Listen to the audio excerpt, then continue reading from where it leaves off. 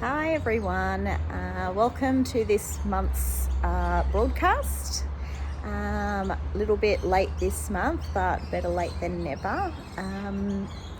As you're all aware, we are in lockdown, but still here, just going to go over March's posts. So before doing that, as usual, just got the disclosures to go through. So just going to be reading off this iPad.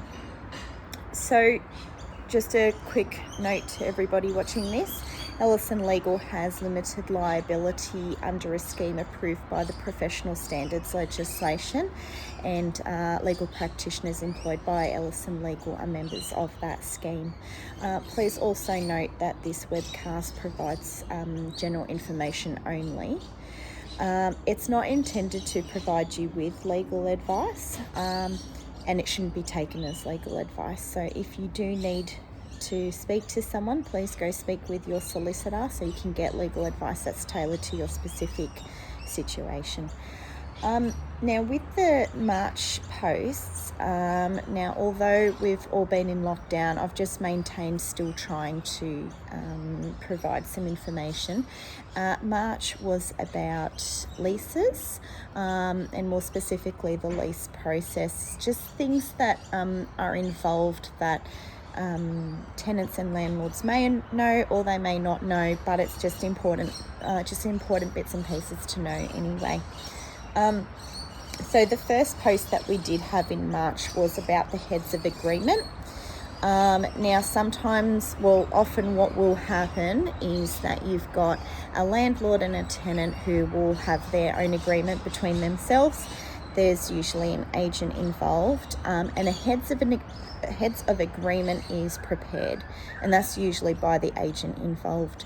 Now there have been some cases about heads of agreement and whether those are binding or not.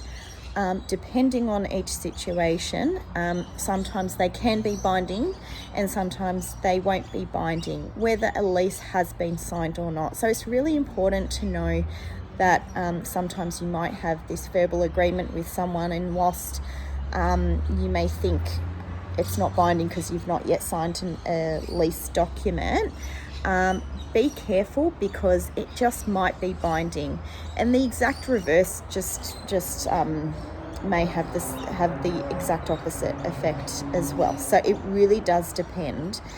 Don't take it for granted is the point. But when you do have a heads of agreement, make sure that your solicitor does look over that and make sure that everything that has been agreed upon is actually compliant with legislation and is fair and proper. So the next post in March was about fit outs. Now the point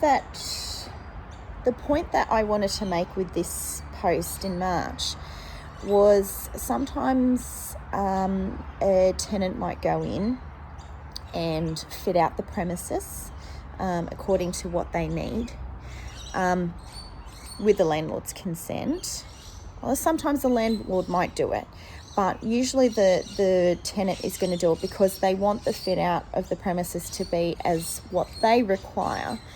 Now, if the tenant is handing over the premises, they've sold the business, say, and they're handing over the premises as part of the deal to the new tenant, then that sure as easy enough can be transferred across as well.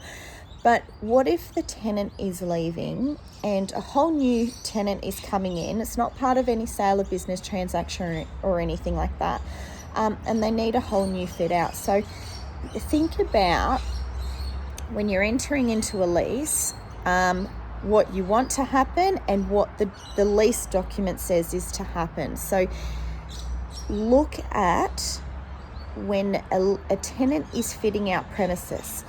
Is it the requirement to put the property back as it was? Or is the landlord saying, no, keep it, but I have the benefit of that fit out? So that's something else to think about. At the end of the day, who has the benefit of the fit out and who has the responsibility to bring it back the way it was, if either one of those apply? The third post for March was about costs. Now, this is something to look at with commercial leases. And when I say that, I am specifically excluding retail leases. Now, under the Retail Leases Act here in New South Wales, a landlord cannot ask their retail tenant to pay their legal costs. The only thing the retail tenant is liable to pay for is the disbursements, so things like lodgement at land registry and anything that is required to be paid for, but not legal costs. That's the point. With commercial tenants, they can ask the tenant to pay their legal costs, and that is commonly the case.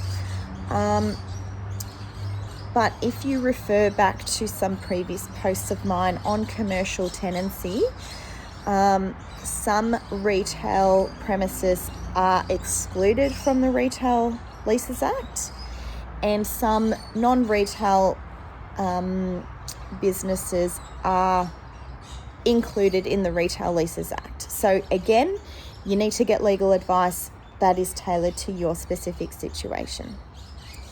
And the last post in March was about lease registration.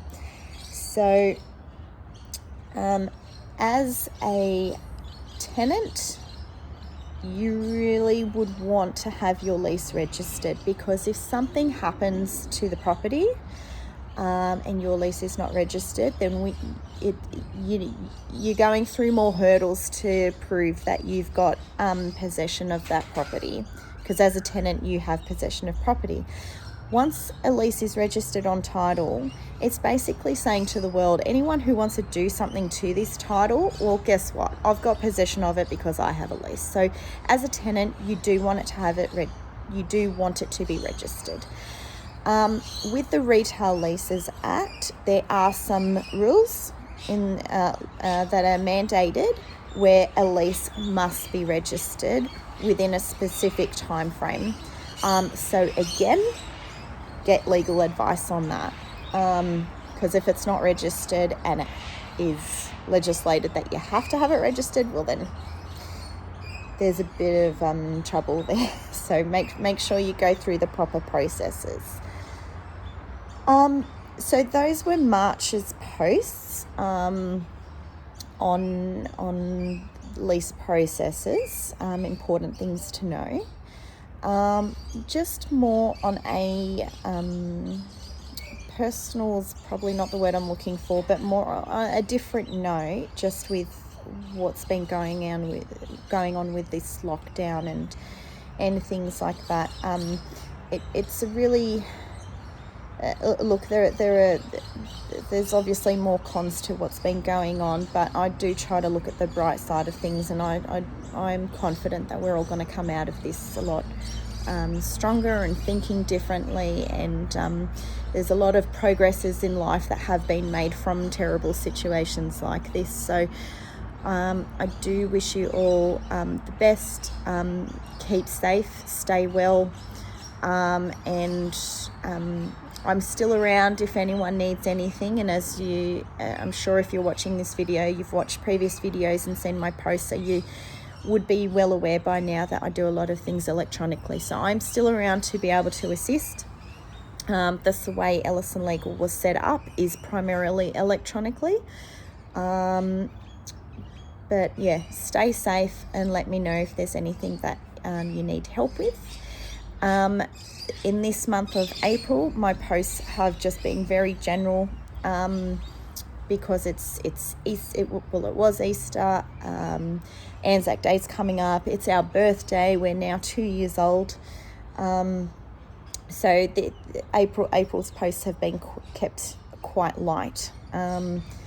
So I will see you in May, just checking in, saying a quick hello, and hopefully we might be a little bit better by then with these lockdowns. But yeah, I'll see you in May. Bye.